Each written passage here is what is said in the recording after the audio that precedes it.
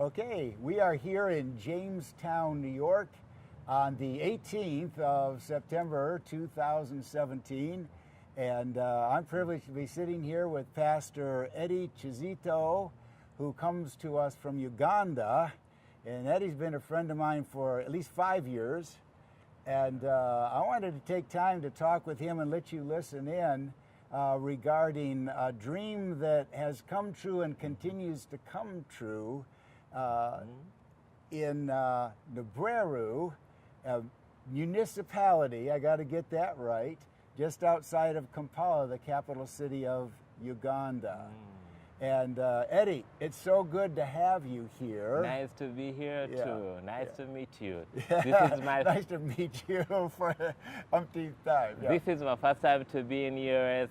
Yep. I'm glad you received me so well, and everything is new to me. I thank God that I'm here. Yeah, just this trip is a dream come true. For sure. All my life I've been dreaming of coming here, but behold, I'm here today.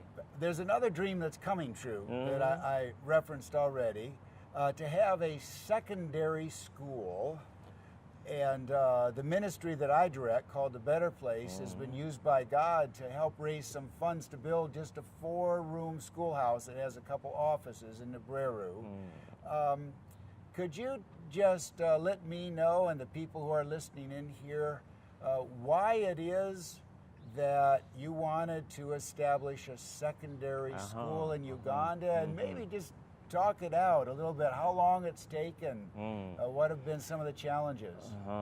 I'm a pastor, pastoring the Church of God in Nabweru, and I have been a pastor for the last 17 years. Now, the community where we are, we have all types of people, especially those who are coming from low-income families, those are abandoned. Our area is pretty more of a slum, so the need is all over. These people keep coming to church, asking you for prayers and support. So over the years, God laid on us a burden of starting a school that I can help. It's amazing. In Uganda, there are many primary schools, but very few secondary schools. Actually, it's amazing. If you can even go and check it on internet, almost 90% of our young children can go to school. That is primary level. But less than 25 of those are supposed to be in a high school, we call them secondary school, cannot go to school. Why? There are a number of reasons. Number one, there are not many schools. There are many primary schools, but very few secondary schools. So the government doesn't provide secondary education? No, the government offers what is called the basic education. Now, the basic education take into consideration only the primary schools, but the parents are meant to pay for their students, when they go to secondary school. So, number one, there are very little secondary schools. Number two, not many of our people can afford to take their children to pay for their children in a secondary schools. Translating from Uganda shillings into US dollars, approximately, what does it cost for a student to go to a secondary school? For someone to be in a secondary school, it maybe needs something like an equivalent of $40, $45, $50 and above to be in a secondary school. But now, to the majority of our people who are earning less than $1 a day, working. $45, $50 an equivalent. Okay. A week? A month? Term. A term. We are working with a termly. We are having terms which consist of basically 3 months.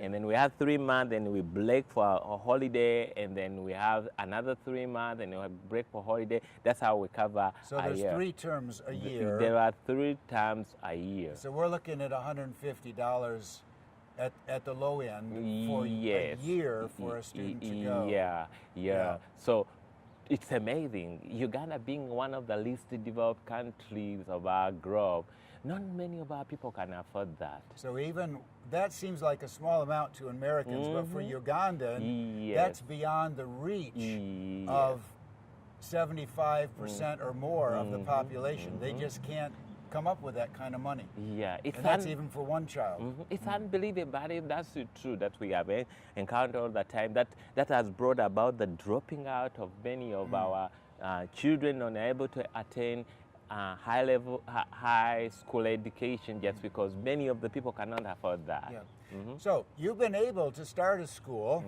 4 rooms, and now I understand you've got 20 staff in one way or another, a couple just sort of general staff, 3 full-time teachers, I'm testing my memory, and 15 part-time teachers, all college educated, correct? Exactly, Or because graduates. they are supposed to be college graduates in order to teach in secondary education Per- schools. Per term, what do these teachers get paid?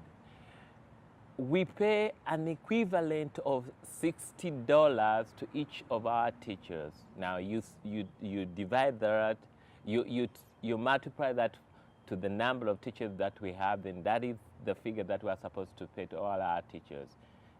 Only $60 a term? And those who are getting it consider it a privilege because we have many unemployed men and women on the street who cannot find a job. So when they get someone who can employ them for all that much or more that little, then they count it a blessing. And I just want to say to people who are watching this, Americans might say, we can live on $60 a month, 3 months, because the cost of living is so low in an underdeveloped country.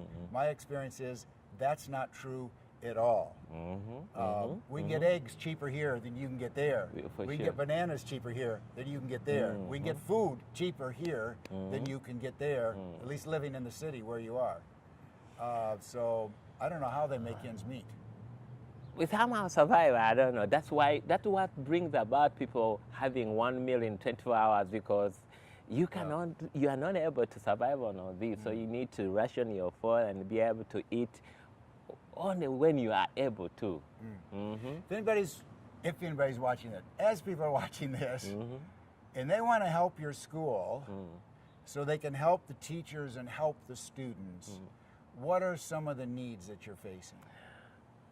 One of our major need would be a teacher's payroll. If we can have people who can help us with the teacher's payroll and help pay for those teachers, then we can have many other students come to study for free, putting in a consideration that we are able to pay for our teachers. But apart from that, we have limited place. This school started less than 3 years ago, but as I'm talking now, we have almost 200 children.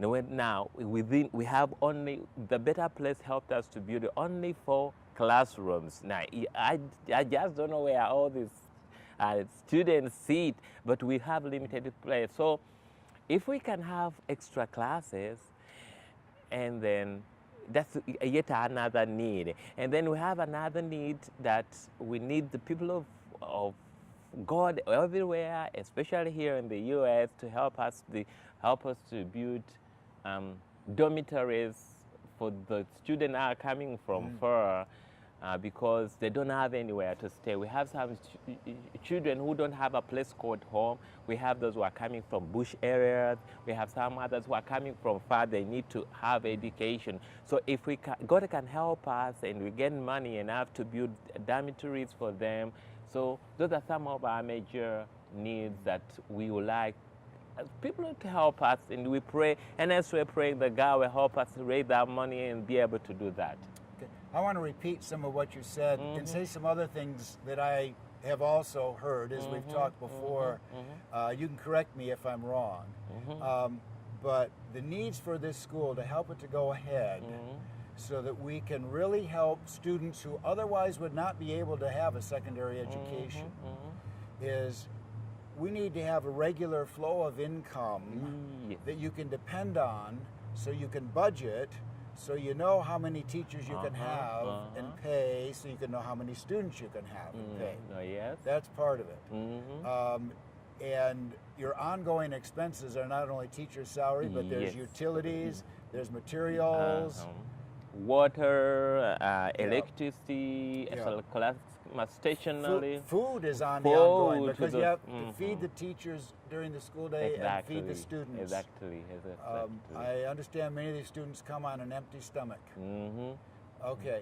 The other thing is there's one-time gifts that would help. Yes. Big gifts that would help to buy more property and build more. Oh, yes. And I know you have a need to get your latrines up to date to pass code. Actually, right now we are operating without a license from the government. Why? Because our facilities does not match to the standard required by the government. We are only given a provisional license that can only work for a given time. We are required to fix all those things that need to be fixed. One of them is the latrines. They're not well built. They are same built.